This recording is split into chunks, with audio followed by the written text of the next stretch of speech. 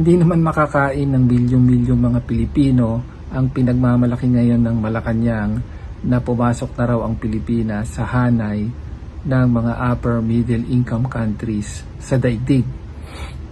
Para sa marami, laganap pa rin ang kawalan ng trabaho. Yung mga may trabaho, kapos na kapos ang kita. Maraming natutulak na mag-abroad, napakalaganap ng kahirapan at gutom.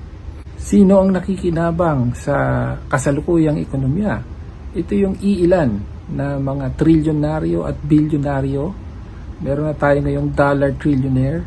Sila yung may-ari ng mga negosyo sa langis, sa tubig, sa kuryente, sa mga mall, superhighway, airport, na siyang pinapaboran ng mga patakaran ng gobyerno.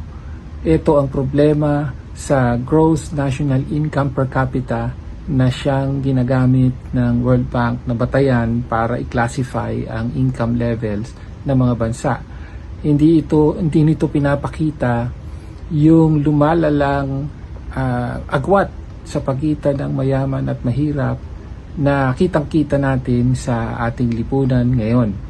Kaya ang kailangan talaga natin ay ang mas patas na pag-unlad ng ekonomiya na pakikinabangan ng pinakamarami at sa pamamagitan ito ng national industrialization at genuine agrarian reform, yung pagpapaunlad ng sarili nating industriya at sarili nating agrikultura.